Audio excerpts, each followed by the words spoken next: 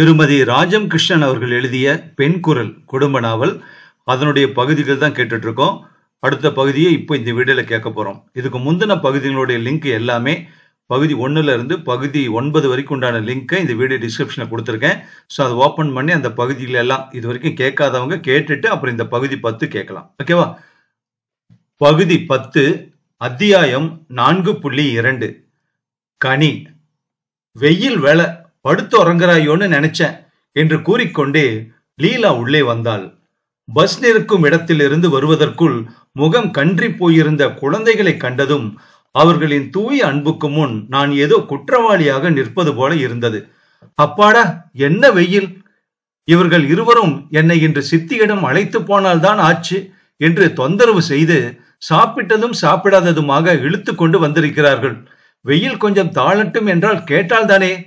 சரி என்று நானும் கிளம்பினேன் என்று கைக்குட்டையால் முகத்தை துடைத்துக் கொண்டு லீலா உட்கார்ந்தாள். குழந்தைகளை பார்க்கணும், அங்கே அடிக்கடி வரணும்னு ஆசை துடிக்குது லீலா எனக்கு. அவர்தான் வீடு வரும்போதே மணி 9 அடித்து விடுகிறதே. அம்மாவும் மண்ணியும் தான் திரும்பி பார்ப்பதில்லை என்கிறார்கள். ஏதோ குழந்தைகளையாவது வர அனுமதித்திருக்கிறார்களே. நேத்து முதல் நாள் தான் அவர் வீடு வந்தவுடன் இனிமேல் பள்ளிக்கூடம் லீவாயிற்றே, சுகுமார் மைதிலியையாவது அழைத்து வரக்கூடாதா? எல்லோரும் அங்கே சௌக்கியம்தானே என்று அவரை கேட்டேன். நான் அண்ணாவை பார்த்தே 15 நாட்கள் ஆகிவிட்டன என்றார். அதற்கு பதிலாக, லீலா, மைத்துனர் எங்காவது வெளியூர் போயிருக்கிறாரா? காரியாலயம் வரவில்லையா என்று நான் அவளை வினவினேன். இல்லையே சுசி, தினமும் போகிறாரே ஆபீஸுக்கு. ஆனால் ராம எப்படி பார்க்க முடியும்? டவுனுக்கு அண்ணாவை பார்க்க என்று போக ஓய்வு கிடைத்திருக்காது என்றாள் லீலா. எனக்கு புதிர் போடுவது போல இருந்தது. காரியாலயத்தை 2 பண்ணி கிளை ஏதாவது திறந்திருக்கிறார்களா என்ன என்று அறியாமல் நான் அவளை கேட்டேன். லீலா என்னை வியப்புறும் விழிகளால் ஏறிட்டு பார்த்தாள். இல்லையே சுசி. சுசி, இது நிஜம்தானா? உனக்கு ஒன்றும் தெரியாதா என்று என்னை திருப்பி கேட்டாள். எது என்றேன் நான் ஒன்றும் அறியாமல். அவளுடைய ஆச்சரியம் பின்னும் அதிகமாயிற்று. குடும்பத்தில் இருந்து பிரிந்ததுமன்றி இப்போது 3 மாதங்களாக அவன் உத்தியோகத்தில் இருந்தும் கூட அவர்களிடம் இருந்து விலகிக் கொண்டு விட்டானே. அமர் அண்ட் பிரதர்ஸில் மேனேஜராக இருப்பதாக அல்லவோ சொல்லிக் கொள்கிறார்கள். அதற்கு பிறகு அவன் வீட்டிற்கு கூட 2 தடவை தானே வந்தான். நான் கற்சிலையாக நின்றேன். என்ன கணவர் இவர்! உத்தியோகம் செய்யும் இடத்தை கூட மனைவியிடம் கூறிக்கொள்ளாத இவரை எந்த விதத்தில் சேர்க்கலாம்? அன்று கணவன் வீடு வந்த புதிதில் அவராக தெரிவியாத அந்த உத்தியோக விஷயத்தை லீலாவிடம் கேட்டு அறிந்து கொள்ள வெட்கினேன். இன்று எங்கள் 3 வருட மனவாழ்வுக்கு பிறகும் அவர் எங்கே போகிறார், என்ன வேலை செய்கிறார், எத்தனை சம்பளம் வாங்குகிறார் என்பன போன்ற விஷயங்களை அறியாமல் நிற்கும் என்னை அவள் காணும் நிலை வந்துவிட்டதே. அவள் சொல்லி நான் தெரிந்து கொள்ள வேண்டிய நிலை காணுகிறதே. ச்சே, அண்ணாவை 15 நாட்களாக பார்க்கவில்லை என்று அவர் கூறிய போது இப்போது லீலாவிடம் கேட்ட அதே கேள்வியை அவரிடம் நான் கேட்டிருக்க கூடாதோ? கேட்காவிட்டால் தான் என்ன, இது போன்ற விஷயங்களை அவராக தெரிவிக்க வேண்டாமா? உலகத்து பெண்களைப் போல கணவனின் தொழிலிலும் வருவாயிலும் முன்னேற்றத்திலும் ஆசையும் அக்கறையும் கொண்டு நான் விசாரிக்கவில்லை என்றும் எனக்கு சுவாரஸ்யம் இல்லாத சமாச்சாரங்களை எதற்காக அவளிடம் கூற வேண்டும் என்றும் இருக்கிறாரா? அப்படியேதான் இருக்கட்டும். என்னை இந்த வெறுக்கும் நிலைக்கு ஆளாக்கியது யார்? அவர்தானே. மாதம் பிறந்தால் ஏதோ ஜீவனாம்சம் கொடுப்பது போல முதல் தேதி என் கை செலவுக்கு தேவையான பணத்தை மேஜை மீது வைத்து விடுவார். வீட்டுக்கு தேவையான பொருட்கள் எல்லாம் அவ்வப்போது வந்து விழுந்துவிடும். தவிர என் வானொலி நிகழ்ச்சிகள் மூலம் எனக்கு வரும் பொருள் வேறு செலவுக்கு தலைக்கு மேல் வெள்ளமாகிவிடும். நகையும் நாணயமும் வாங்கி குவித்துக் கொள்ளவோ மனதுக்கு உற்சாகமில்லை. அவருக்கு என்ன வருவாய், எப்படி போதும் என்றெல்லாம் விசாரிக்க எனக்கு எப்படி சிரத்தை ஏற்படும்? என்ன சுசி, கல்லாக சமைந்து விட்டாய்? உண்மையில் ராம் உன்னிடம் இதெல்லாம் தெரிவிப்பதில்லையா? அக்காவும் அத்தையுமானால் பொழுது விடிந்தால் பொழுது போகும் வரை நீ உருவேற்றியதால் தான் அவன் இப்படி ஒரேடியாக கத்தரித்து கொண்டு விட்டான் என்று உன் மண்டையை உருட்டுகிறார்கள். விசித்திரமாக அல்லவோ இருக்கிறது இதெல்லாம் என்று லீலா மடமடவென்று வினவினாள்.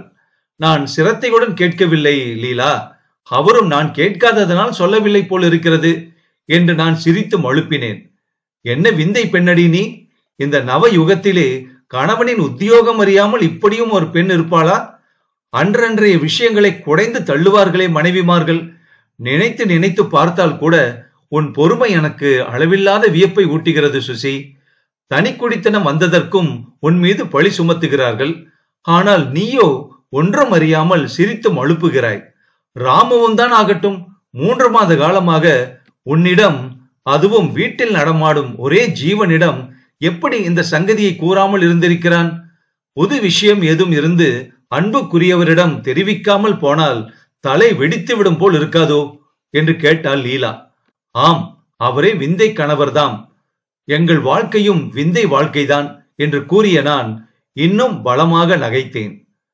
கடையிலே அழகாக காணப்படும் பொம்மையை வெளியில் இருந்து வாயை பிளந்து கொண்டு பார்க்கும் ஏழை சிறுமியைப் போல அவள் பேசாமலேயே என்னை பார்த்தாள். இந்த நிலைமை என்னை தர்ம சங்கடத்திற்கு உள்ளாக்கி விடுமோ என்று நான் தவிக்கையிலேயே வாசல் கதவு தட்டும் ஓசையும் தொடர்ந்து போஸ்ட் என்ற குரலும் என்னை விடுவித்தன. நான் போவதற்குள் 2 கடிதங்களை உள்ளே போட்டுவிட்டு தபால்காரன் போய்விட்டான். நான் அவற்றை எடுத்து கையெழுத்தை கவனித்துக் கொண்டே உள்ளே வந்தேன். சுசீலா ராமநாதன் என்ற விலாசம் எனக்கு இப்போது எத்தனை பழக்கமாகவும் அசுவாரஸ்யமாகவும் ஆகிவிட்டது. ஒவ்வொரு முறையும் நான் வானொலியில் பாடிவிட்டு வந்த பிறகு தொடர்ந்து 1 வாரத்திற்கு யாரேனும் கடிதம் எழுதுவார்கள். நான் பாடிய பாட்டுக்கு விமர்சனம் என்ற பெயரில் அவை பெரும்பாலும் புகழுரைகளாகவே இருக்கும். அந்த அசுவாரஸ்யமும் திகைப்பாக மாறும்படி ஒரு கடிதத்தில் மைசூர் முத்திரை இருந்தது. கீழே ஹேமாவிடமிருந்து என்றும் காணப்பட்டது. நான் உரையை கிழித்தேன். உள்ளே 2 கடிதங்கள் இருந்தன. ஒன்று அத்திம்பேர் என் கணவருக்கு எழுதியிருந்தார். மூர்த்தி பயிற்சி முடிந்து வரும் வாரம் வரப்போகிறானாம். அவர் அவனை வரவேற்பதை வியாஜமாக கொண்டோ என்னவோ சென்னை வர இருக்கிறாராம். கூடவே அத்தையும் ஹேமாவும் வருவதற்கு ஆசையாக இருக்கிறார்களாம். மூர்த்தி வந்தவுடன் வேலை ஒப்புக்கொள்ள வேண்டி இருப்பதால் ஹேமாவின் கல்யாணத்தை அடுத்த மாதத்திலேயே நடத்திவிட முடிவு செய்திருப்பதாகவும் அவர் அதில் தெரிவித்திருந்தார். அதை மடித்துவிட்டு ஹேமா எனக்கு எழுதியிருந்த கடிதத்தை பிரித்தேன். இப்போதெல்லாம் நீ சாமானியமலா சுசி? இசை உலகிலே வானொலி மூலம் வட்டமிடும் கந்தர்வ மங்கையாகிவிட்டாய். உன் புது விலாசம் கூட ஊரில் இருந்து மாமா எழுதியே எங்களுக்கு தெரிந்தது. ஒரு கடிதம் எழுதவும் உனக்கு ஓய்வு கிடைக்கவில்லையா சுசி? பத்திரிகைகள் உன் சங்கீதத்தை மிகவும் சிலாகித்து எழுதியிருப்பதை கண்ணுற்ற பின் போன வாரம்தான் உன் நிகழ்ச்சியை நான் சிரத்தையுடன் உட்கார்ந்து கேட்டேன். உண்மையிலேயே உன் குரலில் அழாது இனிமையும் கவர்ச்சியும் இருக்கின்றன சுசி. வருங்கால இசையரசியான நீ என்னுடைய சகி என்று நினைக்கவே எனக்கு பெருமையாக இருக்கிறது. அப்பா அங்கு வரப்போவதாக சொன்னவுடன் எனக்கும் உன்னை பார்க்க ஆசையாக இருப்பதால் நானும் வர தீர்மானித்து விட்டேன். உன்னுடன் 1 வாரம் சந்தோஷமாக காலம் கழிக்க கூடாதா என்ன என்றெல்லாம் 2 வருஷம் முன்பு என்னிடம் முகம் கொடுத்து பேசவும் கூசிய ஹேமா என்னையும் மதித்து இப்போது வரிந்து தள்ளியிருந்தாள். அன்று என்னை வேலைக்காரியிலும் கேவலமாக மதித்த அதே மனிதர்கள் இன்று என்னை தேடி என் வீட்டிலே என் தோழமையை மதித்து வர விரும்புவானேன்? நான் என்ன அப்படி மாறிவிட்டேன்? ஆம், உண்மை தோற்றம் அவர்களுக்கு புலப்படாது. செல்வமும் இருமாப்பும் கொண்ட கும்பலுக்கே வெளி தோற்றம்தான் குறி. அன்றைக்கு விட இப்போது நான் வெளியார் கண்களுக்கு மேலானவள் ஆகிவிடவில்லையா? அஞ்சி அஞ்சி வீட்டின் அதிகாரிக்கு பணிவிடை புரியும் பரிதாபகரமான ஏழை சுசிலாவா நான் இப்போது? எனக்கும் ஒரு வீடு வாசல் என்று சொந்தமாக இருக்கின்றன. புகழ் ஏணியிலே வேறு காலை நான் வைத்திருக்கிறேன். ஒரு கடிதத்திலேயே ஆழ்ந்துவிட்ட என்னை லீலா, என்ன சுசி, ஒரே கடிதாசியில் அப்படி ஆழ்ந்து விட்டாயோ? யாராவது கிரெடிட் உன் சங்கீதத்தை பற்றி எழுதியிருக்கிறாரா என்று என் கவனத்தை திருப்பினாள். இல்லை, மூர்த்தி அடுத்த வாரம் இங்கே வரப்போகிறாராம். அத்திம்பேரும் ஹேமாவும் இங்கே வரப்போவதாக எழுதியிருக்கிறார்கள் என்று நான் கூறிய போது அவள் முகம் சடார் என்று கருத்து விட்டது. அப்பா குதிருக்குள் இல்லை என்பதைப் போல என்னை பார்க்கும் போதெல்லாம் மூர்த்தியை நான் மறந்துவிட்டேன் என்று முடிவு கூறியவளாயிற்றே. ஏன் லீலா, ஒரே அடியாக 2 விட்டீர்களே? மூர்த்தியை நான் நினைவில் இருந்து அகற்றிவிட்டேன் என்று பெருமையடித்துக் கொள்வீர்களே என்று நான் பரிகாசமாக மொழிந்தேன். என் கணவர் என் மீது எல்லையில்லா பிரேமை வைத்திருக்கிறார் என்று நான் நம்பி பிரேமை உலகத்திலே மிதந்து கொண்டிருந்த நாட்களில் லீலா மூர்த்தியின் காதலை எவ்வளவோ உயர்வாக எண்ணிக்கொண்டிருந்தேன். அப்புறமும் என் வாழ்வில் இருள் புகுந்த பின் காதலின் பேரில் எனக்கு மதிப்பு குன்றிவிட்டது என்று கூறவில்லை. அவர்கள் இருவரையும் காணும் போதே எனக்கு அழாத மகிழ்ச்சி உண்டாவது வழக்கம். மூர்த்தியை மனக்குன்று என்று நான் பழகிய மாதிரியிலிருந்து போற்றி வந்தேன். ஆனால் லீலாவிடம் நான் அறிய காதல் மொழிகள் கூறி அவள் உள்ளத்திலே பிரேமையை வளர்த்துவிட்டு ஹேமாவை மணந்து கொள்ள வாக்குறுதி கொடுத்திருப்பதாக தெரிந்த பிறகு நான் அவன் மேல் கொண்டிருந்த உயரிய மதிப்பிலே சற்று விரிசல் விழ ஏதுவாகிவிட்டது. என்னுடைய அனுபவமும் கண்முன் அவன் லீலாவை புறக்கணித்திருப்பதும் ஆண்களே நம்ப தகாதவர்கள் என்ற அழுத்தமானதோர் எண்ணத்தை என் மனதில் ஊன்றிவிட்டன. எனவே லீலாவின் மன ஏக்கத்தை கண்டு எனக்கு அத்தனை இரக்கம் ஏற்படவில்லை. ஒரு விதத்திற்கு தப்பினாள் என்று கூட அபிப்பிராயப்பட்டேன். என்னை போல் இல்லையே அவள். திடீரென்று கவனம் வரவே இன்னொரு கடிதத்தை பார்த்தேன். கையெழுத்து பரிச்சயம் இல்லாததாக இருந்தது. முத்திரையும் தெளிவாக தெரியவில்லை. வேற ஏதாவது அசுவாரஸ்ய கடிதமாக இருக்கும் என்று பிரிக்காமலேயே மேஜை மேல் அதை போட்டுவிட்டு அடுத்த மாதம் கல்யாணம் நடப்பதாக இருக்கிறதாம் என்றே நான் மெதுவாக லீலாவிடம். என்னை இனிமேல் என்ன செய்ய சொல்கிறாய் நீ சசி? அதை கேட்கவா நான் இந்த வேகாத வெயிலில் வந்தேன் என்று எடுத்த எடுப்பிலேயே லீலா என்னிடம் கேட்டாள். நான் இப்போதும் சிரித்தேன். அவளுக்கு கோபம் வந்துவிட்டது. உனக்கு நகைப்பாக இருக்கிறது இல்லையா சுசி? நீ கூட இப்படி என்னை கைவிட்டு விடுவாய் என்று நான் நினைக்கவில்லை என்று சினிங்கியபடியே அவள் எழுந்து கொண்டாள். வெகு அழகுதான் போ, கைவிடாமல் வேண்டுமானால் பிடித்துக் கொள்கிறேன். நான் ஒரே யோசனை தான் சொல்லுவேன், உனக்கு கேட்பீர்களா என்று சற்று உரக்க நகைத்தேன். சொல்லு சுசி. பேசாமல் நடந்ததையெல்லாம் கனவு போல் மறந்துவிட்டு வரதனை மணந்து கொள்ளுங்கள். அவருடைய ஆசையை கருக்கி விடாமல் அவருடைய வீட்டிற்கு எஜமானியாக ஆகுங்கள். காதல் கீதல் எல்லாம் கதையுடனும் காவியத்துடனும் சினிமாவுடனும் வைத்துக் கொள்ள வேண்டும். வாழ்க்கைக்கு அது ஒத்து வராது. மனக்கோட்டை எதுவும் கட்டி கனவு உலகத்திலே பறக்காமல் சாதாரணமாக மனம் செய்து கொண்டீர்களானால் வாழ்க்கையில் மிகுந்த அமைதி நிலவும் என்று எனக்கு பட்டதை கூறினேன். என்ன சுசி, நிஜமாகவே இது உன் அந்தரங்க யோசனையா? தெரிந்தும் குட்டிச்சுவரில் முட்டிக்கொள்ள சொல்கிறாயா? லீலா, என்ன இது? இந்திரலோகம் போன்ற பங்களாவில் காலெடுத்து வையுங்கள் என்றேனா, இல்லை குட்டிச்சுவர் என்றேனா? மூர்த்தி இல்லாவிட்டால் நீங்கள் வாழ்வையே திறந்து விடலாம் என்று எண்ணினீர்களா? அது சாத்தியமாகுமா என்று கேட்டேன். சற்றும் பிடித்தமில்லாத ஒருவருடன் வாழ்க்கையில் பங்கு கொள்ள மனம் துணியாது போல் இருக்கிறதே சுசி. என்ன செய்வேன்? வாழ்வில் அமைதியும் ஆனந்தமும் காணும் பொருட்டுதானே மனப்பந்தலில் இருவர் பிணைப்புறுவது. அது பூஜ்யம் என தெரிந்ததும் ஒருவரோடு ஒருவர் மனவினையினால் பிணைப்புற்று என்ன பயன்? வேறு ஒருவரிடம் மனதை கொடுத்துவிட்டு என்னால் தான் அவருடன் இன்பமாக வாழ முடியுமா? அல்லது நான் முழு மனதுடன் அன்பு செலுத்தவில்லை என்று தெரிந்தால் அவருக்குத்தான் சந்தேகம் உண்டாகுமா என்று பரிதாபமாக என்னை நோக்கி கூறினாள் லீலா. எனக்கு இந்த விஷயம் அழுத்து விட்டது. பாவம், புதிதுதானே, அவளுக்கு அதிர்ச்சி இன்னும் பழகவில்லை. இருக்கட்டும் இருக்கட்டும், மூர்த்தி இங்கே வராமலா போகிறார்? மலரும் நகையுடன் எப்போதும் பிரகாசித்த லீலாவின் இருதயத்தை இருளச் செய்த அவரை நான் கண்டு சும்மாவிடப் போவதில்லை. கவலையெல்லாம் மூட்டை கட்டி தூர வையுங்கள். மனதை வீணே தளர விடுவதில் என்ன பலன் இருக்க போகிறது? பல குறைவுதான் காணும். குழந்தைகள் எங்கே? 4 மணிக்கு டான்ஸ் நிகழ்ச்சி ஒன்று இருக்கிறது. கலா மந்திரத்திலே போகலாமா? என்ன டிஃபன் பண்ணலாம் லீலா, சொல்லுங்கள் என்று நான் பேச்சை மாற்றி அவள் பிரச்சனைக்கு ஒரு முற்றுப்புள்ளி வைத்தேன். உள்ளே தம்புராவின் தந்திகளை மீட்டி குழந்தைகள் விளையாடி கொண்டிருக்கிறார்கள். என் குரல் கேட்டதும், நான் இல்ல சித்தி, அவதான் என்று குழந்தைகள் ஒருவர் மேல் ஒருவர் குற்றம் சாட்டிக் கொண்டு ஓடி வந்தனர். அன்று மாலை நேரத்தை அவர்களுடன் இன்பமாக கழித்த பின்னும் போய்கிறார்களே என்று இருந்தது எனக்கு. குழந்தைகளை அணைத்து முத்தமிட்ட நான் பஸ் ஏறச் சென்ற லீலாவிடம், குழந்தைகளையாவது விட்டு போக கூடாதா லீலா? இல்லாவிட்டால் நீங்களும் 2 நாள் இங்கே இருக்கக்கூடாதா என்று அவளை கெஞ்சினேன். சொல்லாமல் கொள்ளாமல் நான் தங்குவது சரியில்லை சுசி, இப்போதே மணி 6:30 ஆகிவிட்டது பார் என்று அவள் சொன்னாள். ஈஸ்வரா என்று மன அலுப்பும் உற்சாகமும் குன்றிய உடலுமாக உள்ளே வந்த என் கண்களில் பிரிக்கப்படாமல் இருந்த மற்றொரு கடிதம். அலட்சியமாக அதை பிரித்தேன். உள்ளே கடித தாளின் மேலே அச்சிடப்பட்டிருந்த வரதன் எம்ஏ என்ற எழுத்துக்கள் என்னை ஒரு குலுக்கு குலுக்கிவிட்டன. சட்டென ஐயம் உந்த கடித உரையை திருப்பி பார்த்தேன். சுசீலா ராமநாதனுக்குத்தான். என்னவாக இருக்கும் என்று நான் அதை பிரித்து படிக்கலானேன்.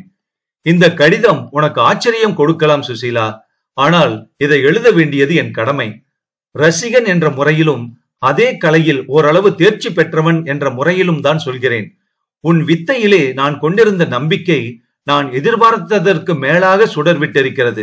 வெறும் புகழ் வார்த்தைகள் என்று இதை நினைக்காதே. இசைக்கென்றே பிரம்மன் உன் குரலை படைத்திருக்க வேண்டும். ஞானமும் இனிய குரலும் ஒன்று சேரும் இடத்தில் சங்கீத கலை தேனும் பாலும் சேர்ந்தது போல் பரிணமிக்க கேட்பானேன். 3/4 மணி நேரம் கந்தர்வ உலகத்திலே இருப்பது போல இருந்தது எனக்கு. தோடி ராகத்தை விஸ்தாரம் செய்தாயே, அது இன்னும் என் செவிகளை விட்டு அகலவே இல்லை. ராகத்தின் ரஞ்சகத்தை மிகைப்படுத்தி காண்பிக்கும்படி நீ கையாண்ட பிடிகைகளும் இழைந்து இழைந்து மனத்தை பரவசப்படுத்திய தமங்களும் அனாவசியமாக பறவை போல் 3 ஸ்தாயிகளிலும் நீ வட்டமிட்டதும் உன்னை பெரிய வித்வாம்சினிகளின் வர்க்கத்தில் சேர்த்துவிட வேண்டியதுதான் என்று நான் உறுதிப்படுத்திவிட்டன. விருத்தம் என்று பாடினையே, அது மிக பிரமாதம். கல்யாணி ஜம் என்று புது வெள்ளத்தின் சுழிப்பை போல முழங்கினாள். பைரவி உன்னிடம் கெஞ்சி கொஞ்சினாள். காவேரி பாகாய் உருகினாள். மோகனமோ கேட்போர் மனங்களிலே மோகன கவர்ச்சியை நிரப்பினாள். எல்லாவற்றையும் தூக்கி அடித்து விட்டது நீ கடைசியாய் பாடிய பதம். யாரிடம் சொல்வேனடி என்ற அந்த பாடல் உண்மையான உள்ளத்திலிருந்து உருகி கரைந்து காற்றிலே வந்தது என்றால் அது மிகையாகாது. அந்த வேலவன் ஆறுமுகம் மட்டும் உன் கீதத்துக்கு சற்று செவி சாய்த்திருப்பானால் உன் உருக்கத்திற்கு வசப்பட்டு கட்டாயம் நேரிலே பிரதட்சணயமாகி இருப்பான் என்று அக்கு வேறு ஆணிவேராக அலசி அலசி ஆராய்ந்து எழுதியிருந்தான். வரதனிடமிருந்து இத்தகைய கடிதம் ஒன்று வரும் என்று நான் சற்றும் எதிர்பார்த்திருக்கவில்லை. அவன் என் கானத்தை கேட்பான் என்ற எண்ணம் கூட தற்செயலாக வேணும் எனக்கு எழுந்ததில்லை. ஆனால் இப்போது அவன் அனுபவித்து விட்டு தெரிவித்திருக்கும் பாராட்டுதல் என் உள்ளத்திலே அதுகாரும் நான் கண்டிராத போதையை நிரப்பிவிட்டது. உண்மையை நான் மறைக்காமல் சொல்லிவிட வேண்டியதுதானே. நானோ மனமானவள், அவனோ அயல் ஆடவன். தெரிந்தும் அவன் இத்தனை நிர்பயமாக சுவாதீனமாக எழுதியிருப்பதை தவறுதலாக எடுத்துக்கொள்ளலாம் என்றே எண்ணம் எனக்கு உதிக்கவில்லை. வேறு ரசிகர்கள் எனக்கு பாராட்டு கடிதம் எழுதியிருக்கிறார்கள், நேரிலும் அபிப்பிராயம் கூறியிருக்கிறார்கள். அவைகளில் நிச்சயமாக இவ்வளவு சரளம் தொனித்ததில்லை. பிரம்மன் உன் குரலை இசைக்கென்றே படைத்திருக்க வேண்டும் என்று யாருமே கையாண்டதில்லைதான். என்றாலும் வரதன் என்னுடன் பழகியவன் அல்லவா? எதையும் கொஞ்சம் மிகைப்படுத்தியே கூறுவது அவன் சுபாவம். இதில் என்ன தவறு இருக்கிறது? அம்மாவுக்கு தெரியாமல் தின்பண்டங்களை எடுத்து தின்னும் குழந்தைக்கு ருசியின் சுவாரஸ்யத்தில் பின்னால் தாய் கோபிப்பாள் என்றே தோன்றாது. உண்மை ரசிகன் ஒருவனுடைய புகழ் மொழிகளை கண்டுவிட்ட எனக்கு எத்தகைய குறுக்கு எண்ணமும் தோன்றவில்லை. எப்பேற்பட்ட அறிவாளிகளையும் புகழ் மொழிகள் மயக்கிவிடும் அல்லவா? இன்னும் உலகிலே முற்றிய அனுபவம் வாய்ந்திராத நான், அலுப்பு சலிப்பு இயற்கையாகவே வந்து அடையும் அளவுக்கு பழுத்திராத நான் புகழுக்கு வசப்பட்டு ஆசைப்பட்டது இயல்புதானே. அத்தியாயம் 4.3. கனி. அத்தை ஹேமா முதலியோர் வரப்போகிறார்கள் என்று அறிந்ததும் நான் அவர்கள் மேல் கொண்டிருந்த வெறுப்பெல்லாம் அவர்களை குத்தி காட்டுவது போல நடந்து கொள்ள வேண்டும் என்று ஆத்திரமாக மாறி, அன்று என்னை அவர்கள் மட்டம் தட்டிய சம்பவங்கள் என் மனதின் அடித்தளத்தில் இருந்து எழும்பி என் வீடு தேடி வரப்போகும் அவர்களுக்கு முன் அவர்கள் மதிப்பை நான் பொருட்படுத்தாமல் அலட்சியமாக இருக்க வேண்டும் என்று எண்ணும்படி செய்தன. நான் தனி குடித்தனம் ஏதோ கடனே என்ற மாதிரியில் ஆரம்பித்ததனால் வீட்டுக்கு தேவையான நல்ல நல்ல பாத்திரம் பண்டங்கள் கூட வாங்கி சேகரித்திருக்கவில்லை. என்னிடம் ஆடை அணிகளும் அவ்வளவு உயர்தரமானவையாக இல்லை. எனவே இந்த சமயத்தை பயன்படுத்திக் கொள்வது போல என்னவோ பொருட்கள் எல்லாம் வாங்கி நிரப்பினேன். புது மாதிரியான பட்டு புடவைகள் கூட 2 எனக்கு என்று வாங்கிக் கொண்டேன். ஒரு நாளும் இல்லாத திருநாளாக நான் அலங்கார வேலைகளில் சிரத்தை கொள்வதை கண்ட என் கணவர் கூட, ஏது சுசீலா, அத்தை வருவதற்காக இத்தனை தடபுடலா, அல்லது மேல்நாட்டு நாகரிகத்தில் முழுகிவிட்டு வரப்போகும் மூர்த்தியின் கண்களுக்கு முன் பெருமையாக தென்படவா என்று கூறி சிரித்துக் கொண்டே கேட்டார். இந்த கேள்விகளை எப்படி எடுத்துக்கொள்வது என்று எனக்கு புரியவில்லை.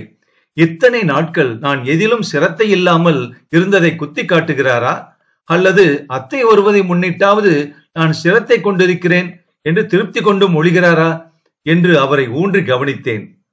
குமுறும் நீல கடலின் ஆழத்தில் என்ன இருக்கிறது என்று கண்டுபிடித்து விடலாம். ஆனால் அவர் என்ன நினைத்துக் கொண்டு பேசுகிறார் என்பது எனக்கு புரியவே இல்லையே. என்றாலும் எப்படியும் இவை தேவையானவை எனக்கு, இந்த சமயத்தை உத்தேசித்து வாங்கி வைத்தேன் என்று கூறினேன். மௌனமாகவே அவர் ஸ்டேஷனுக்கு சென்று விட்டார். 2 வருடங்களுக்கு முன் இருந்ததை விட ஹேமா லிப்ஸ்டிக் பூசிக்கொள்வதில் இருந்து இடியோசை போல் சிரிப்பது வரை எல்லா அம்சங்களிலும் வளர்ச்சி அடைந்திருந்தாள். என்னை கண்டதும் ஓடி வந்து தோளில் கையை போட்டுக் கொண்டாள். வாட்ட சாட்டமாக ஆண் பிள்ளை போல் வளர்ந்திருந்த அவள் பேச்சு, செய்கை எதிலும் பெண்மைக்குரிய மென்மை கண்டுபிடிக்க முடியாமல் இருந்தது. என்னடி சுசீலா என்று என்னை நோக்கி புன்னகை செய்து கொண்டே வெள்ளி கூஜாவை மறக்காமல் கையில் எடுத்துக்கொண்டே காரை விட்டு இறங்கினாள் அத்தை.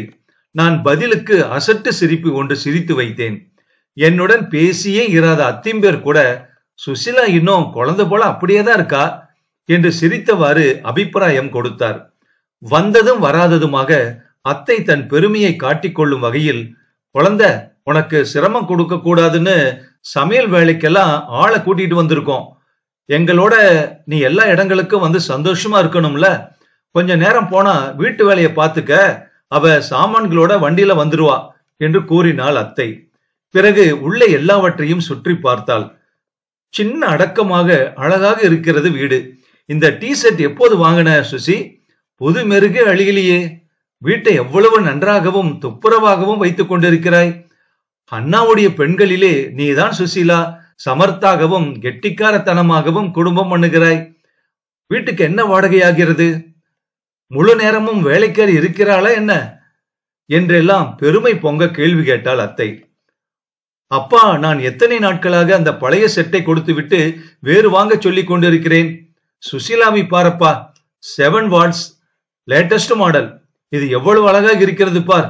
இது போன்ற ரேடியோ ஒன்று நீ இந்த தடவை கட்டாயம் வாங்கியே கொடுக்க வேண்டும். இந்த டேபிள் கிளாத் நீயா போட்டாய் சுசி? அப்படியே கடையில் வாங்கியது போல இருக்கிறது என்று கண்ணில் கண்ட பொருட்களை எல்லாம் புகழ்ந்து தள்ளினாள் ஹேமா. அவர்கள் பேசிக் கொண்டிருந்த போதே நான் இட்லியும் காஃபியும் கொண்டு வைத்தேன். அட, என்ன சுசிலா இது? மேஜிக் மாதிரி இருக்கிறது. பேசிக்கொண்டே அங்கும் இங்கும் பறந்தாய். அதற்குள் இதெல்லாம் எப்படி கொண்டு வந்தாய் என்று அத்திம்பேர் அதிசயத்துடன் மூக்கின் மேல் விரலை வைத்துக் கொண்டார். என் கணவருக்கு கூட பெருமை பொங்கி விட்டது போலும். சுசி எல்லா விதத்திலும் கெட்டிக்காரிதான் என்றார். பார்த்துக்கொள் ஹேமா, புருஷன் களைத்து வீடு வரும்போது நீ டென்னிஸ் மட்டையை சுழற்றி கொண்டு கிளம்பினால் அவனுக்கு அது ரசிக்குமா, அல்லது இப்படி உபச்சாரம் செய்தால் ரசிக்குமா என்று நீ தெரிந்து கொள்ள வேண்டும் என்று அத்திம்பேர் நகைத்தார். இல்லை, அண்ணா வந்து ஒரு நடை கூட பார்க்கவில்லையாமே, வர வேண்டாமோ? எனக்கு என்னவோ மிகவும் சந்தோஷமாக இருக்கிறது. அம்மாவை கூட அழைத்து வராமல் போனோமே என்று இப்போது தோன்றுகிறது எனக்கு. அவள் பார்த்தால் கொள்ளை சந்தோஷப்பட்டுக் கொள்வாள். சுசீலாவும் இத்தனை சமர்த்தாக இத்தனை நன்றாக குடித்தனம் செய்வாள் என்று நான் எண்ணவில்லை என்று அத்தை பண்ணி பண்ணி பேசியது என் பழைய வெறுப்பை துடைத்து கர்வத்தை ஏற்றியது. அன்று பகல் அத்தை என் மைத்துனர் வீட்டுக்கு போக விரும்பினாள். நான் தனியாக வந்த பிறகு அந்த வீட்டிலே காலடி எடுத்து வைப்பது போல எனக்கு தோன்றும்படி நான் எப்போதாவது அங்கே சென்ற சமயங்களில் பட்டு எனக்கு முகம் கொடுத்தே பேசவில்லை. என் மாமியாரோ பேசும் 2 வார்த்தைகளில் குற்றத்தை திணித்து வைத்து பேசுவாள். அவர் மாடியில் 10 நிமிஷங்கள் இருந்தால் கூட எனக்கு முள்ளின் மேல் இருப்பது போல இருக்கும். எப்படியோ சமாளித்துக் கொண்டு வீடு திரும்புவது வழக்கம். அத்தை முன்னிலையில் இப்போது பழைய சிநேக பாவத்துடன் பட்டு அளவலாவுவாளா அல்லது விரோதம் பாராட்டுவாளா? அத்திம்பேர் தம் காரியமாக வெளியே போய்விட்டார். என் கணவர் காரியாலயம் செல்லும் போது நான் பகலில் என் மைத்துனர் வீட்டுக்கு அத்தையை அழைத்து கொண்டு வருவதாகவும் அங்கே வருவதை அறிவிக்கும்படியும் கேட்டுக்கொண்டிருந்தேன். நான் முன்கூட்டி சொல்லி அனுப்பியிருந்ததாலோ என்னவோ பட்டு அந்த சமயம் பார்த்து குழந்தைகள் சகிதம் வெளியே போகிறது. நான், அத்தை, ஹேமா மூவரும் சென்றபோது என் மாமியாரும் லீலாவின் தாயாரும் சமையல் கட்டில் இடைவேளை சிற்றுண்டி தயாரிக்கும் பணியில் ஈடுபட்டிருந்தனர். அத்தை கூடத்து ஊஞ்சலில் உட்கார்ந்து கொண்டாள். ஹேமா சுற்றுமுற்றும் பார்த்து கொண்டு நின்றாள். நான் ஏதோ குற்றம் செய்து விட்டவளைப் போல் அடிமேல் அடி வைத்து உள்ளே சென்றேன். அப்போது நாங்கள் ஒன்றாக இருந்த காலத்தில் ஜெயம் வருவது எனக்கு நினைவுக்கு வந்தது. வந்தவள் நேராக மாடிக்கு போவாளே ஒழிய என் மாமியாரை லட்சியம் பண்ணி கீழே வந்து பார்க்கவே மாட்டாள். அவள் கூட நல்லவளாக இருக்கிறாள். பயந்து பயந்து நடுங்கின நான் பொல்லாதவளாக தோன்றினேன் அவர்களுக்கு. அத்தை வந்திருக்கிறாள் என்று நான் என் மாமியாரிடம் அறிவித்த போது பழக்க தோஷமோ அல்லது இயற்கையான என் பயங்கொல்லித்தனமோ என் நெஞ்சு படபடத்தது. அதான் ராம் வந்து சொன்னானே, ஆமா எங்க, இப்படி உள்ள வர சொல்ல என்றாள் அவள். மன்னி, குழந்தைங்க எல்லோரையும் எங்க காணோம் என்று விசாரித்தவாறே சாப்பிடும் அறையில் ஒரு பலகையை போட்டு உபசரித்த வண்ணம், இப்படி வாருங்கள் அத்தை என்று உள்ளே கூப்பிட்டேன் என் அத்தையை. கையில் இருந்த மாவை அலம்பி துடைத்துக் கொண்ட என் மாமியார், குழந்தைகள் பீத்து பிடுங்கினார்கள், எங்கேயோ சினிமாவுக்கு கூட்டி போயிருக்கிறார்கள், இன்று தானே ஊரிலிருந்து வந்திருக்கிறீர்கள், அதற்குள் வரப்போகிறார்களா என்று சொல்லிக்கொண்டே போனால் 10 நாள் இருப்பீர்களோ இல்லையோ என்று கேட்டாள் என் மாமியார். குதிகால் ஜோடும் தானுமாக வெளியே நின்ற ஹேமா, சுசி என்ற சங்கடம் துணிக்க கூப்பிட்டாள் என்னை. அங்கே ஏன் நிற்கிறார்கள், உங்கள் பெண்ணா, இப்படி வாயன் அம்மா உள்ளே என்றார் என் மாமியார். ஜோட்டை கழற்றி வைத்துவிட்டு அத்தையின் பக்கத்தில் வந்து அவள் நின்றாள். பாட்டிகள் இருவர்களுக்கிடையே அம்மா பேசிக் கொண்டிருப்பதை கேட்டுக்கொண்டு அங்கே நிற்க அவளுக்கு பிடிக்கவே இல்லை என்பதை அவள் முகம் நிதர்சனமாக காட்டியது. லீலாவும் போயிருக்கிறாளா என்று நான் அவள் தாயாரிடம் விசாரித்தேன்.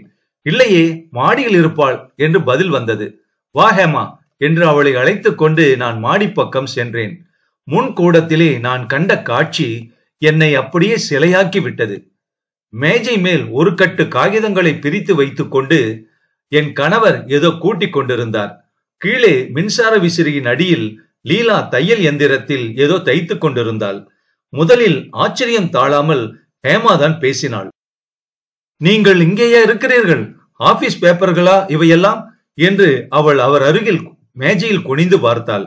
லீலா திடுக்கிட்டவள் போல துணியை எரிந்துவிட்டு எழுந்தாள். ஓ சுசியா என்று என்னை கேட்டுவிட்டு அவள் ஹேமாவை பார்த்தாள். நீங்கள் இங்கே வருவதாக சுசி சொல்லச் சொன்னது எனக்கு 1 மணி மேல்தான் நினைவுக்கு வந்தது. வந்தேன். அண்ணா நேற்றே ஏதோ தவறுதல் பார்க்கும்படி கூறியிருந்தான். அதான் இங்கேயே இப்படியே பார்க்கலாம் என்று உட்கார்ந்து விட்டேன்.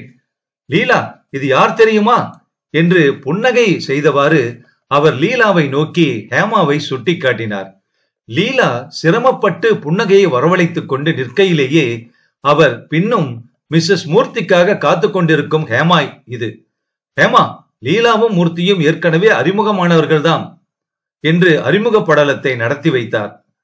ஓ சந்தோஷம் என்று லீலாவின் கையை பிடித்து குலுக்கின ஹேமா, நீங்கள் ஏன் அப்போது இவர்களுடன் மைசூருக்கு வரவில்லை என்று கேட்டாள். துர்சப்பனம் ஏதோ கண்டுவிட்டவளைப் போல தவித்து போன லீலா, ஆம் வரவில்லை என்று கூறி சிரித்து மழுப்பினாள். மனநிலை லேசாக இருந்தால் சம்பாஷணை சரளமாக ஓட பேச்சுக்கள் தாராளமாக வெளிவரும். ஹேமா ஒருத்திதான் திருப்பி திருப்பி பேசிக் கொண்டிருந்தாளே ஒழிய லீலாவுக்கு பேச வார்த்தைகளை அகப்படாமல் கஷ்டப்படுவது போல தோன்றியது. ஆனால் எனக்கோ அவரை அங்கே கண்டதில் இருந்து என்னை அறியாமலே ஏதோ ஒன்று நெஞ்சை உறுத்தியது. அவர் ஹேமாவுக்கு கூறிய காரணம் உண்மைதானா? காரியாலய காகிதங்கள் வீட்டுக்கு எப்படி வந்தன? இந்த வேளையில் அவருக்கு ஆபீஸில் வேலை இல்லையா? தினமும் இங்கே வருகிறாரோ என்னவோ? அண்ணாவின் பந்தத்தில் இருந்து விடுபட்ட பிறகும் ஏன் இவர் இதையெல்லாம் பார்க்க வேண்டும் என்று எண்ணற்ற கேள்விகள் என் மூளையை தாக்கின. அவரும் ஏதும் சொல்வதில்லை, நானும் அவர் விஷயத்தில் தலையிடுவதில்லை என்றாலும் நான் இன்னும் ஒன்றும் கேட்காமல் இருப்பது சரியாகுமா? மனதுக்கு சரியாக ஒப்பமாட்டேன் என்கிறதே. வீட்டுக்கு கிளம்பும் சமயம் அவர் அருகில் நின்று நாங்கள் போகவா, நீங்கள் வர நேரமாகுமா என்று கேட்டேன். என்று அவர் கண்ணை எடுக்காமலே கொட்டினார். வர நேரமாகும் போல இருக்கிறது என்று நான் அவர் பதிலுக்கு காத்திராமலே திரும்பினேன். வீட்டை விட்டு வெளியே வந்ததும் ஹேமாதான் லீலாவை பற்றி முதலாக அபிப்பிராயம் கொடுத்தாள். ரொம்ப அகம்பாவம் உண்டு போல அவளுக்கு. வாயை திறந்து 2 வார்த்தை விட்டு விட்டால் மதிப்பு குறைந்துவிடும் என்ற எண்ணம்.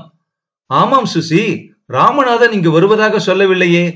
தமையனுடைய கம்பெனி கணக்கை எல்லாம் இங்கே உட்கார்ந்து விழுந்து விழுந்து கூட்டிக் கொண்டிருக்கிறாரே, மண்டையை உடைத்துக் கொண்டு. ஆள் கொஞ்சம் அழுத்தம் போல் இருக்கிறது உள்ளுக்குள் என்று சிரித்துக் கொண்டு அவள் மொழிந்தாள். ஏன் சுசீலா, நீங்கள் தனி குடித்தனம் வந்ததே சண்டை பூசலுடன் வந்தீர்களோ? உன் மாமியார் என்னிடம் அத்தனை குற்றம் அடுக்குகிறாளே. உன் ஓர்படிதான் ஆகட்டும், இன்று நான் வருவேன் என்று தெரிந்துதானே வெளியே போயிருக்கிறாள். இவர்கள் குணம் நல்லதில்லை என்று எனக்கு அப்போதே தெரியும். எப்படியோ அவர் நல்ல மாதிரியாக இருக்கிறார், அதுதானே வேண்டும் நமக்கு என்றாள் அத்தை. அன்றே சொன்னீர்களே அத்தை, உங்கள் வாய்க்கு சர்க்கரை போடலாம் என்று நான் முணுமுணுத்துக் கொண்டேன். நாங்கள் வீடு திரும்பிய போது ஜெயம் என்னை பார்க்க அங்கே வந்திருந்தாள். என்னை கண்டதும் வேலைக்காரி, அம்மா வந்துடுவாங்கன்னு இப்பதான் சொல்லிக்கிட்டு இருந்தேன், வந்துட்டாங்க என்றாள். பார்த்தாயா, உள்ளூர் மதனி உயர்த்தி இல்லை என்று அத்தையை முதலில் அங்கேதானே கூட்டி போனாய் என்றாள் அவள். ஓ, அதில்லை. உள்ளூர் அறை 6 அமர பார்க்கலாம் மன்னி. அங்கே முதலில் போய் பார்த்து விடலாம் என்று போனோம். மன்னி கூட வீட்டில் இல்லை. இங்கே நீங்கள் திரும்பி விடுவதற்குள் வந்துட்டோமே என்று சொல்லி பாயை விரித்து போட்டு உட்காரச் சொன்னேன் அவளை. நான் அங்கே நேற்று பகல் போயிருந்தேன். அப்போதும் அங்கே மன்னி இல்லை என்று உட்கார்ந்த ஜெயம் அத்தையுடனும் ஹேமாவுடனும் சம்பிரதாயமாக பேசினாள். அவள் கிளம்பும் முன் ஹேமா உடைமாற்றிக் கொள்ள உள்ளே சென்றாள். அத்தையும் பின்கட்டுக்கு ஏதோ காரியமாக சென்றாள். ஜெயம் என்னிடம் தனியாக, சுசீலா, நான் சொல்கிறேன் என்று என்னை தவறாக நினைத்துக் கொள்ளாதே. நேற்று நான் அங்கே போயிருந்தேனா, ராமு அங்கேதான் மாடியிலே ஏதோ எழுதி கொண்டிருந்தான். வேறு இடத்தில் மேனேஜர் என்று சொன்னார்களே என்று கூட நான் எண்ணிக்கொண்டேன். ஆபீஸ் காரியங்கள் வீட்டுக்குள் வருவானேன். லீலா நான் போன போது மாடியிலே படித்துக் கொண்டிருந்தாள். அவள் பாட்டுக்கு மேஜையில் குனிந்து கொண்டிருக்கிறாள். கிழவர்கள் இருவரும் காலை நீட்டிக்கொண்டு லோகக்ஷேமம் பேசிக் கொண்டிருக்கிறார்கள். மைத்தினர் ஊரிலேயே இல்லையாம். எனக்கே இது பார்க்க நன்றாக இல்லை. ஆபீஸ் வேலையை இங்கே கொண்டு வந்து செய்யக்கூடாதா? நீ பரமசாது சுசீலா. இல்லாவிட்டால் அந்த வங்கினியிடம் அத்தனை நாள் குடித்தனம் செய்ய முடியும். என்னவோ தனியாக வந்து விட்டானே என்று சந்தோஷப்பட்டு கொண்டிருந்தேன். ராமுவுக்கு இதெல்லாம் நீ தெரிய வைக்க வேண்டும் சுசீலா. அத்தை வந்திருப்பது கூட எனக்கு தெரியாது. உன்னிடம் சொல்லவே நான் ஓடி வந்தேன். வெளுத்ததெல்லாம் பால் என்று நம்பி விடுகிறாய் நீ. புருஷ மனசுதானே. சந்தர்ப்பமும் வேலையும் பொல்லாதவையாக இருந்தால் எப்படி போகுமோ? கல்யாணம் ஆகும் முன்பு அவளுடன் சிரித்து பேசினால் அப்புறமும் அப்படி இருப்பது பார்க்க நன்றாக இல்லையே. அப்புறம் பார் சுசீலா, டாக்டரிடம் நானே கேட்டேன். அவர் சொல்கிறார், மைத்துனரின் கம்பெனி பெரிய நஷ்டத்தில் இருக்கிறதாம். கம்பெனியின் உள்ளே கிடுகிடுத்து விடும் போல இந்த 2 மாதத்திலே நிர்வாகம் குட்டிச்சோவராக ஆகிவிட்டதாம். அதுதான் ராமு ஆபீஸ்லேயே லீவு போட்டுவிட்டு விழுந்து விழுந்து அண்ணாவுக்காக உழைக்கிறானாம். அது எத்தனை நிஜமோ? இருந்தாலும் இவன் எதற்கு இதையெல்லாம் இழுத்து போட்டுக் கொள்ள வேண்டும் என்று கொண்டு வந்திருந்த மூட்டை முழுவதையும் வாயிற்படியில் நின்றவாறு அவிழ்த்து விட்டாள் ஜெயா. என் தலைக்கு மேலே 10-100 வெடி விமானங்கள் பறப்பது போலவும் ஜெயத்தின் வார்த்தை ஒவ்வொன்றும் வெடிகுண்டென என் மீது விழுவது போலவும் இருந்தது. ஜெயத்தை பட்டுவுடன் ஒப்பிடும் பட்சத்தில் எவ்வளவோ நல்ல மாதிரி என்றே அபிப்பிராயப்பட வேண்டும். தானும் பிறர் வழிக்கு அனாவசியமாக போக மாட்டாள். பிறர் அவள் விவகாரத்தில் தலையிட்டாலும் சும்மா விட மாட்டாள். என்னை பொறுத்தவரை அதிகமாக இழைந்து குலைவதும் இல்லை. கண்டபோது மதிக்காமலும் பேசாமலும் இருந்ததும் இல்லை. அவளே என் விஷயத்தில் இப்படி தலையிட்டுக் கொண்டு வருவானேன்? புருஷ மனசுதானே. சந்தர்ப்பமும் வேலையும் போதாதவைகளாக இருந்தால் என்ன நேருமோ? நீ தெரிய வைக்க வேண்டும் உன் கணவருக்கு. என் மூளையை பிடித்து இவையெல்லாம் உலுக்கின. கண்களிலே சுற்றி சுற்றி வந்தன. நெஞ்சிலே சம்மட்டி கொண்டு அரைந்தன.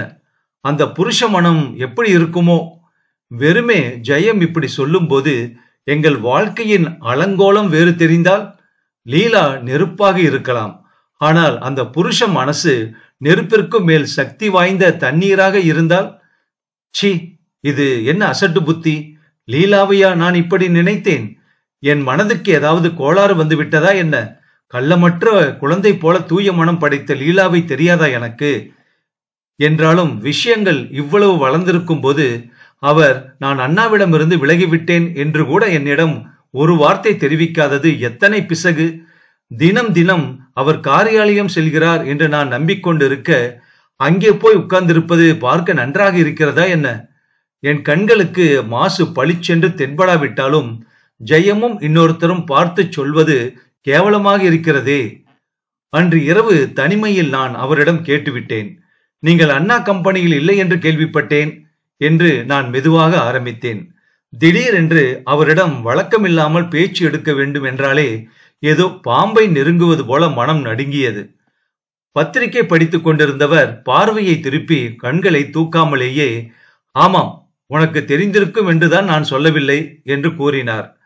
பின் சற்று தைரியமாகவே, அப்படியானால் நீங்கள் 2 நாட்களாக அங்கே போய் ஆபீஸ் பேப்பர்களுடன் உட்கார்ந்திருக்கிறீர்களே? மறந்துவிட்டேன். சாயங்காலம் இங்கு ஜெயமணி வந்திருந்தாள். நேற்றும் அங்கே உங்களை கண்டதாக சொன்னாள் என்றேன். கண்களை உயர்த்தி அவர், வேறென்ன சொன்னாள் ஜெயமணி என்று கேட்டார். வேறு ஏதாவது என்னிடம் சொல்லியிருக்க போகிறாளோ என்ற பயமா? குற்றமுள்ள நெஞ்சு குருவிருக்கிறதாக்கும். வேறு ஒன்றும் இல்லை. சாதாரணமாக ஏதோ பேச்சு நேர்ந்தது, தெரிவித்தாள் இதை என்றேன். உனக்கு ஒன்றுமில்லை, நீ கவலைப்படவும் ஒன்றுமில்லை. உனக்கு தெரிவிக்க வேண்டிய அவசிய சமாச்சாரமாக இருந்தால் நீ கேட்காமலே நான் கூறிவிடுவேன். அண்ணா ஏதோ கணக்கு பிசகுகிறது என்றார். நான் பார்த்தேன், அவ்வளவுதான் என்று கூறி முடித்துவிட்டு மீண்டும் அவர் பத்திரிகையில் கண்களை ஓட்டினார். இதற்கு மேல் அவரிடம் நான் என்ன கேட்பேன்? இதெல்லாம் நீ தெரிய வைக்க வேண்டும் சுசீலா. சந்தர்ப்ப கோளாறும் வேலை பொல்லாப்பும் எப்படி இருக்குமோ, புருஷ மனசுதானே. எனக்குள்ளே இவை ஓலமிட்டன. எப்படி தெரிவிப்பது? எதை தெரிய வைப்பது? ஜெயமணி இந்த மாதிரி கூறினாள் என்று சொல்லலாமா? அவருடன் சண்டை போட வேண்டும், கடும் நெஞ்சை கோபித்து கலைக்க வேண்டும் என்றெல்லாம் பல சமயங்களில் எண்ணிக்கொள்வேன். ஆனால் பொழுது விடிந்ததும் மாயமாக மறைந்துவிடும் பனியைப் போல அவர் முன் நிற்கும் போது என் வாய் அடைத்து மனசு ஒடுங்கி போய்விடுகிறதே. ஏற்கனவே மன்னி இன்னும் என்ன கூறினாள் என்று வேறு கேட்டார். வேண்டாம், அசட்டுத்தனமாக எதுவும் இப்போது உளரக்கூடாது. வெளியே அமைதியாக செல்லும் வாழ்க்கை படகு உள்ளே பொத்தலானது என்று தெரியும்படி அத்தை அத்திம்பேர் வந்திருக்கும் இந்த சமயத்திலே எதையும் கிளப்பிவிடக் கூடாது என்று முடிவு செய்து கொண்டேன். ஆனாலும் பெண் ஒருத்தியின் பொறுமைக்கு அளவில்லையா? கிட்ட நெருங்கி பேச்சு கொடுக்கவே இடம் இல்லாதபடி அவர் வார்த்தைகளை எண்ணி பேசிவிட்டு நத்தை ஓட்டுக்குள் சுருங்கிக் கொள்வது போல தன் மனதை இழுத்து கொண்டு விடுகிறாரே. அருகே இன்னும் துணிச்சலாக சென்று தொலைத்து பார்க்க எனக்கு பலம் போதவில்லையே. இத்தனை நாட்களாக என் மீது காதல் இல்லை, அன்பு அவருக்கு சுரக்கவில்லை. அண்ணன் மதனியிடம் நான் மனஸ்தாபத்தை சம்பாதிக்கும்படி செய்துவிட்டேன் என்று நான் என்னை சுற்றி அவரை மறைத்து எழுப்பிய சுவர்கள் எல்லாம் வெறும் மண் சுவர், ஒரு மலைக்கு கூட தாங்காதவை. அவை இத்தனை பலமுள்ளவையாக, குண்டுக்கும் அசையாதவையாக இருக்க முடியாது. பின் இந்த சுவர் எதனால் ஆனது? ஆரம்பத்தில் இவர் இப்படியா இருந்தார்? ஆஹா, அவர் அன்று ஊர்வலத்தின் போது என்னுடன் பேசியது, பரிசு கொடுத்தது, அந்த முதல் இரவின் திரை திறக்கும் போது என் மனதிலே எழுந்த இன்ப கிளர்ச்சி, அவ்வளவும் அத்தனையும் பொய்யா? எங்கள் இன்ப வாழ்வுக்கு சந்தர்ப்பங்களேவா யமனாக இருக்க வேண்டும்? அந்த ஓர் இரவில் கூட அவரிடம் மனம் விட்டு பழகவும் அவர் உள்ளத்தை அறிந்து கொள்ளவும் சமயம் வைக்காதபடி என் வாழ்வு பூராவும் மண்ணை அள்ளி போடும் பூகம்பமாக வேறு சந்தர்ப்பங்கள் தொடர்ந்து நேரிட்டு விட்டனவே. குறுக்கே சுவர் மறைக்கிறது, சுற்றி வளைத்து உள்ளே என்ன இருக்குமோ என்று பார்க்க ஆவலாக இருக்கிறதே ஒழிய கடப்பறையை எடுத்து போடும் மன வலிமை எனக்கு என்ன முயன்றும் வரமாட்டேன் என்கிறதே. நான் முதலில் எண்ணிய பிரகாரம் அவர் உடலின் பத்திலே பற்று கொண்டவராக இருந்திருந்தால் கூட இத்தனை வீம்பாக இருக்க மாட்டார். உண்மையான மனக்கலப்பு இருந்தாலோ இந்த வைராக்கியத்திற்கு இடமில்லையே. என்னதான் காரணமாக இருக்கும் அப்போது? அவருடைய இந்த மனநோய் எதனால் வந்ததாக இருக்கும்? என் மண்டையிலே பொறியொன்று சிதறி வந்து விழுந்தது. வேறு எந்த இடத்திலாவது பிடிப்பு இருக்கக்கூடாதா? அந்த பிடிப்பே அவர் உறுதி கொண்டிருக்க ஏதுவாயிற்றே. கல்யாணத்திற்கு முன் சிரித்து சிரித்து பேசி பழகினால் அப்புறமும் அப்படி இருப்பது பார்க்க நன்றாக இல்லையே. ஜெயம் மன்னி கூறினாளே, ஓ, அப்படியும் இருக்குமோ? ராவணன் கோட்டைக்குள் சுற்றி சுற்றி வந்தும் பின்னும் பின்னும் பின்னும் உள்ளேயே போகும் ஆட்டக்காய் போல பின்னும் பின்னும் பின்னும் இங்கேயே வருகிறதே என் எண்ணம். மூர்த்தியிடம் காதல் கொண்டு மனமுடைந்து தவிக்கும் லீலாவையா நான் சந்தேக கூட்டுக்குள் அடைக்கிறேன்? ச்சே, இல்லை, நான் நன்றி கெட்டவள். என் உள்ளத்தின் உள்ளே உண்மையாக உறைந்திருக்கும் உயிர் தோழியாயிற்றே. அவளா எனக்கு துரோகம் இழைப்பாள்? படக்காட்சிகளில் பின்னிருந்து வருவது போல உள்ளே இன்னொரு குரல், அதெல்லாம் இப்போது சரி, நீ அவர் வாழ்வில் புகாததற்கு முன்பு. அழகிய இளமங்கை அவள், வீட்டிலே சகஜமாக பேசி பழகும் ஆண் அல்லவா அவர். அவர் மனம் பளிங்காகவே இருந்திருக்கும் என்று எந்த அத்தாட்சியுடன் நம்புகிறாயோ அதே அத்தாட்சி அவர் மனம் நிர்மலம் இல்லாமலும் இருந்திருக்க முடியும் என்று எண்ணவும் இடம் இருக்கவில்லையா? அவர் அந்த காலத்தில் அவளை காதலித்திருக்க கூடாதா என்றது. நினைக்கவே என் நெஞ்சம் நடுங்கியது. என்றாலும் உள்ளம் குரலுக்கு ஒப்புக்கொண்டே ஆக வேண்டியதாயிற்று. அவள் முரண்பட்டதனால் முறிவு ஏற்பட்டிருக்கலாமோ? மனதை திடம் செய்து கொண்டு என் மீது அவர் அன்பு செலுத்த முயன்றும் தோல்வி பின்னுக்கு இழுக்கிறதோ? அப்படித்தான் இருக்கும். நான் இணைந்து போயிருந்தால் ஒருவேளை அவரும் காவிய நாயகனைப் போல அன்புலகத்திலே குடும்பம் செய்யாது போனாலும் ஏதோ உலக ரீதியில் குழந்தை குட்டிகள் என்று வாழ்க்கை சென்றிருக்கும். ஆனால் இப்போதோ உன்னை மனம் செய்து கொண்டதே தவறு, மன மயக்கத்திலே அப்படி தவறு செய்தேன் என்றாரே. அவைகளுக்கு உண்மையான அர்த்தம் இந்த விடை தெரிந்த பின் அல்லவோ துலாம்பரமாக விளங்குகிறது. பள்ளிக்கூட நாட்களிலே ஏகவர்ண சாமியங்கள், துவிவர்ண சாமியங்கள் என்று நான் கணக்கு போட்டது என் நினைவுக்கு வந்தது. அந்த நோட்டு புத்தகத்து கணக்குகளைப் போல என் மன ஏட்டிலே நான் அங்கும் இங்கும் தெரிந்த சங்கைகளை கொண்டு விடுபடாமல் இருந்த அவர் உள்ளத்தின் விடையை கண்டுபிடித்து விட்டேன். விடை சரிதானா என்று பார்க்கும் ரீதியிலே இந்த விடையை கொண்டும் ஆராய்ந்து விட்டேன். இதைவிட பொருத்தமாக எதுவும் இருக்க முடியாது. ஒரே விடைதான்.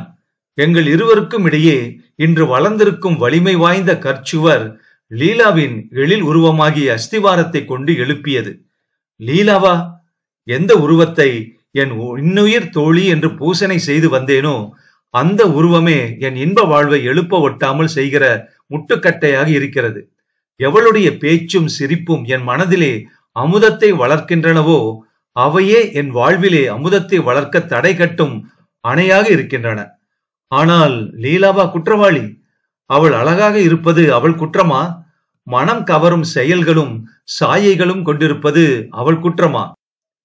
அவளை என் விரோதியாக, என் இன்ப வாழ்க்கையின் யமனாக கருதவே என் மனம் மறுத்தது. குற்றம் அவர் மீதுதான். மாசு ஒரு தரப்பிலேதான் நிறைந்திருக்கிறது. அவர் அவளை மறந்திருக்கலாம். ஆனால் தம் குற்றம் உணராதவராகவா அவர் இருப்பார்? சுற்றி சுற்றி சுழன்று நான் அன்று இரவு கண்ணை கொட்டவில்லை. கண்ணை மூடினால் லீலா வந்தாள், அவர் வந்தார். இருவரும் என் இதயத்துள் சுற்றி சுற்றி கண்ணாமூச்சி ஆடினார்கள். பொழுது விடிந்ததும் அவசியம் லீலாவை பார்க்க வேண்டும். தனிமையில் அவளை கண்டு மனச்சுமையை அவளிடமேதான் இறக்கி ஆறுதல் பெற வேண்டும். அவருடைய தன்மையை அவளிடமே அறிய முயல வேண்டும் என்று பலவாறு முடிவு செய்தவாறு நித்திரையை வரவழைத்துக் கொள்ள முயன்றேன். ஆனால் எதுவும் நினைத்தபடியே நடக்காமல் இருக்கும் போதே இத்தனை இருமாப்பும் அகம்பாவமும் படைத்து நிமிர்ந்து நிற்கும் மனித வர்க்கத்துக்கு நினைக்கும் வண்ணம் செயல்களை கடவுள் இசைவாக நடத்தி கொடுத்து விட்டால் இந்த பூ உலகம் குடை கவிழ்ந்து விடும் போலும். நான் நினைக்காததே நேர்ந்தது. அப்பாவுக்கு உடல்நிலை சரியாக இல்லை, உடனே புறப்பட்டு வருக என்று ஊரில் இருந்து சொந்து தந்தி அடித்திருந்தான். உடல் ஆட, உள்ளம் கெடுகெடுக்க அத்தையும் நானும் அன்றே புங்கனூரை நோக்கி வண்டி ஏறினோம். இந்த நாவலோட தொடர்ச்சி அடுத்த பகுதியில் கேட்கலாம்.